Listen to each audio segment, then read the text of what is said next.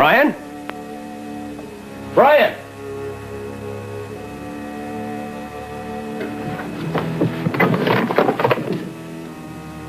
Oh, my God, Amanda.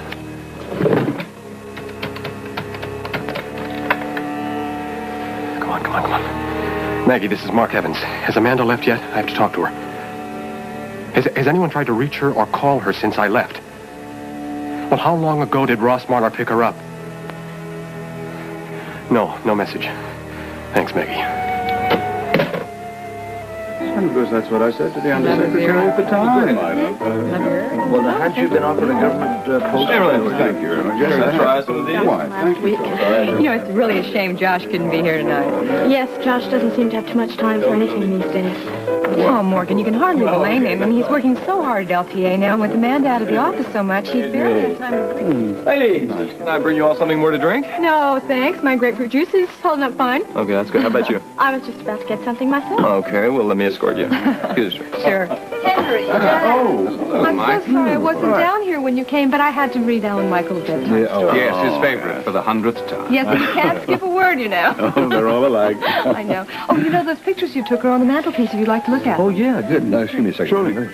Henry, nice to see you. It's lovely to see you. I'm so surprised Vanessa isn't here. I thought she'd come with you. Well, so did I, but I guess she's being what's called fashionably late, as usual. You look like you could use some company over here. Well, your company's always a pleasure. You know that. Excuse me a moment. I want to say a word to Trish. Oh, of course. Henry, would you like some?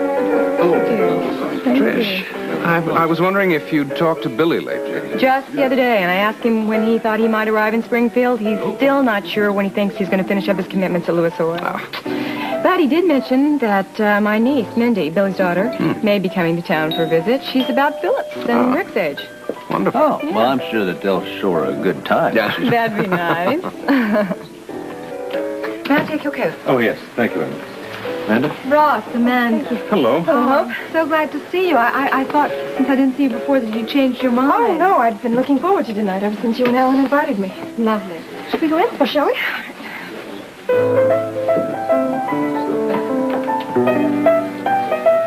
Amanda, you look lovely tonight. Thank you very much, Ellen. It's been far too long since we've all been together. Yes, it has. Well, enjoy yourself. Amanda, I know it's not easy for you to be here tonight, but I'm awfully glad you decided to come. Well, I told Hope and Ellen I'd be here. I don't know what the fuss is about. You look lovely tonight. Oh, thank you. Good to see you. Ross, I was talking to Clarence Bailey the other day. He told me he approached you about going to the DA's office. Yes, indeed, but I haven't made a decision about it yet. I have to talk to my partners, you know. Oh, yeah. Well, if you do it, it's going to be against all the defense attorneys in Springfield. We'll never win another case. Well, thank you, Mike, but you're pretty tough in the courtroom yourself. Can I get you something? No? No, I'm fine. Amanda? I'm sorry. What? Mike wants to know if you'd like something. Oh, no, thank you. I'm fine. I'll talk to you later.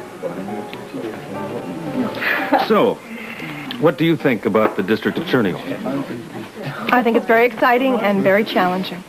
Yes, I think so, too, but I thought for sure that you would be against it, what with LTA just getting off the ground and not knowing when or if the first strike is going to come in. You have to do what's best for you, Ross. Why are you making this so easy for me? I'm not. I just think that if this is an important career move for you, you should take it. Well, what about you and Josh? What about us? Maybe we should talk about this some other time. Amanda, now you are not discussing business, are you? Yes, I'm afraid we were. We'll stop. Good. Excuse me. Talk to you later. Hi, Rob. Hello. I think he's going to be successful. Hello, Morgan. Hello, Amanda. Hi, Amanda. How you doing? Hi, Phillip. Hello, everyone. Hello, Daddy. Hello, Alan. Well, darling. How many times do I have to tell you, promptness is the politeness of kings? Oh, for heaven's sakes. Please excuse me for being late. But I'm a lady of leisure these days, and I was shopping, and besides, I had a very important engagement I had to go. What important engagement? Oh, there's Amanda. I must go and say hello. I mustn't be rude. Excuse me. Hello, Amanda. What a treat to see you. It's been so long. Hello, Vanessa. Hello. How does it feel being the guest of honor at Hope and Alan's reconciliation party? Are you sure you're not forgetting anything? If I get to the site and I find that I have, I can always give you a call. And I can bring it out for you. Oh, and Helena, we've been through that once already tonight. Yes, but Quentin, we've also been through the fact that that explosion wasn't only meant to kill you, it was meant to kill both of us. It must be Gunther. Mr. Llewellyn, you certainly do keep odd hours. Yes, well, I knew that Mr. McCord was planning to leave before dawn, so I wanted to give him these. Oh, yes, thank you very much. Thank you very much, Mr. Llewellyn. Mr. Llewellyn, perhaps you can settle a dispute. Quentin wants me to stay here in Tangier while he and Gunther go out to the site. Yes, I know. And as I told you before, I totally agree. With me? No, with Mr. McCord. Unless you're going to need Miss Manzini's archaeological expertise. I won't. My mission isn't archaeological. I'm investigating an accident that killed my mentor and teacher, Professor Renfield, 10 years ago. As you know, we were with Professor Renfield then, and I believe that the explosion that killed him was meant to kill us. Good gracious, but who would do such a dreadful thing? Crocker. Silas Crocker, the man that we told you to be on the lookout for. We believe that his threats against us stem from that accident 10 years ago. That's why it's important for us to get to the site and re-explore it before Crocker gets to Tangier. Yes. And by all means, you must stay here, Miss Manzini. Why? Well, for one thing, all the threats have been directed at you so far. And, if Mr. Crocker does somehow slip into Tangier, it'll be much easier to guard you knowing that you're safely here in the hotel. We can grab him then, slap him in jail, keep him there, until the expedition is completed and you're all safely on your way back to the United States. In other words, I'm bait. Is that what you're saying? Oh, nonsense, Helena. They'll find Crocker way before he can do any harm to you. And in the end, you'll be doing far more to help Mr. McCord by taking the worry of Silas Crocker off his shoulders. All right. I'll stay here. But I want double, triple protection. You'll get it. Knowing the way Silas hates me, I'll need it. What are you doing here? Floyd, you had no right to come to the house and take Stacey without asking me first. That's kidnapping. What are you talking about? She's my daughter. Stop stalling. Just hold it down. I just put her down for a nap, and I don't want to wake her Well, up. fine. Right? I'll be quiet, and I want her now, Floyd. You give her back to me, and then I'll leave. Just hold on a sec. How can I kidnap my own daughter? That's ridiculous. Well, then what do you call it? Look, I didn't want to wait around until you decided to come home, so I had to ask your permission. Why not? Look, what you do or who you get involved with is your business, but when it affects Stacey's life, then it becomes mine, okay? Wait, does this have to do with you being there when Quint called? Yes. What did he say? I don't know. I didn't talk to him. Well, you must have heard something to make you take Stacey like that. Well, from what I heard from Tony's end of the conversation, something very strange is going on. Did Tony tell you what Quint said? No, not exactly. So, from overhearing Tony's end of the conversation, you go over the house and you force Mom to give you Stacey. I didn't force her. I'm doing what's best for Stacey. Why don't you let me worry about what's best for Stacey? I want her back now. Forget it, Nola. She's staying here where she's safe. Quentin's house is safe? Then how come Tony had to hire extra guards? Extra guards? That's right. Tony... Nola, McCord is nuts. He's always running around the world in these crazy digs of his. He gets involved with these lunatics and places everyone around him in danger. Then he calls up Tony and hires these guards because of threats. What kind of threats? I don't know. I didn't talk to him. Has something happened in Tangier? I don't know. You're going to have to talk to Tony. Well, I guess I will. Maybe he'll tell me the truth. Listen, I didn't want to tell you because I didn't want you to be upset. But at least you know that Stacey is safe here.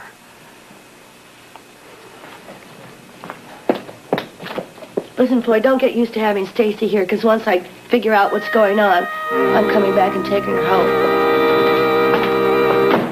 And Mom's just really scared that when Nola comes back, she's going to be crazy about the fact that Floyd came and took the baby to his place. Well, isn't she there because Quentin was afraid that she and the baby would be in danger? Yeah, great, but try to tell that to Nola. I mean, she wants to keep close tabs on the kid because she thinks she's the only one that can do it right, you know? Well, I don't really blame her. I mean, Stacey is an adorable little girl. Yeah, cute kid.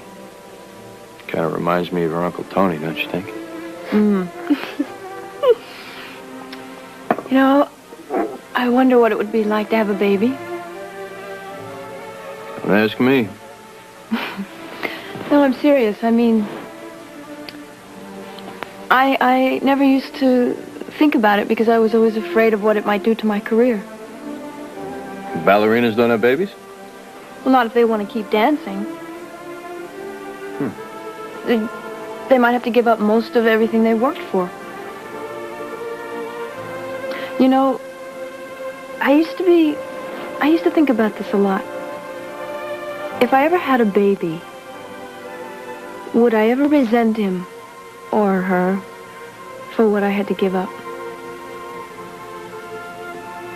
You'd resent me? You?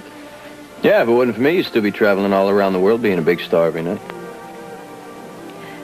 You know, it's amazing how little any of that matters. Now that I know you and your family and Nola and Stacey. Good. Glad you feel that way. Yeah, they're a good bunch of folks. They're a little bit crazy, but they mean well.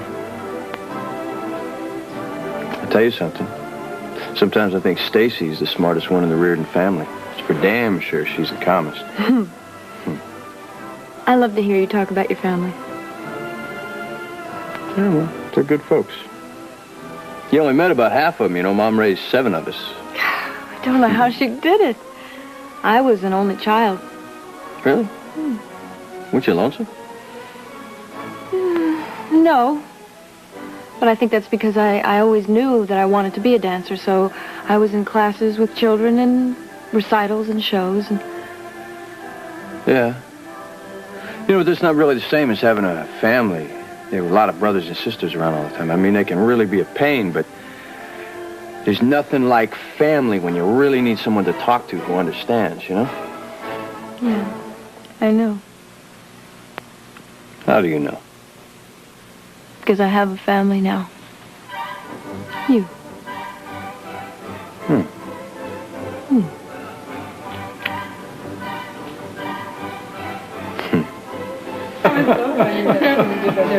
Great. Well, I know this may not be the right time to bring it up, but I was just wondering when you wanted me to resume the search for your son. Oh, Mike, I really don't know what to say. It upsets Vanessa so. She seems to think that if I'm looking for my son, it means I don't love her. Well, I know Vanessa's very possessive, but I also know how much you want to find your son. Well, I would feel differently about it. I'd urge you to go on with it if she had anyone else in her life whom she cared about, but she doesn't seem to at the time. Hello, darling, you look beautiful. Thank you. Alan, I can't tell you how touched I am to be included in this gathering. Well, Hope and I are glad you could be here. Thank you. I almost feel like one of the flock again. Vanessa, we were just talking about Peter and Riot. Oh, poor dear man. May he rest in peace. Yeah. Spaulding Enterprises is thinking of making a corporate contribution to the Enright Foundation. That's a very, very good idea. Isn't that nice? It was so hard for me to believe that his death came so quickly just after he'd been here. Oh, well, at least it happened in Paris. You know, if my end ever comes, I'm going straight to France. I'm going to rent the most elegant apartment looking over the Champs-Élysées, and there I'm going to rest quietly and elegantly until it happens. Well, I don't think Paris was ever much of a comfort for Peter. Oh, for heaven's sakes, I'm sure the service was wonderful. I mean, with all that fog and rain, Paris in February must have been beautiful.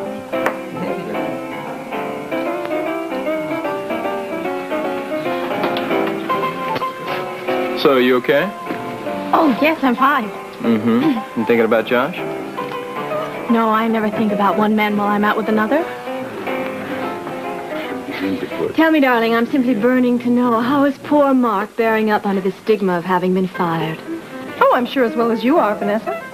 Oh, well, you know me, everything just rolls right off my back. But Mark, he's always so serious about everything. And now with Jennifer gone, he has no one to turn to. Well, almost no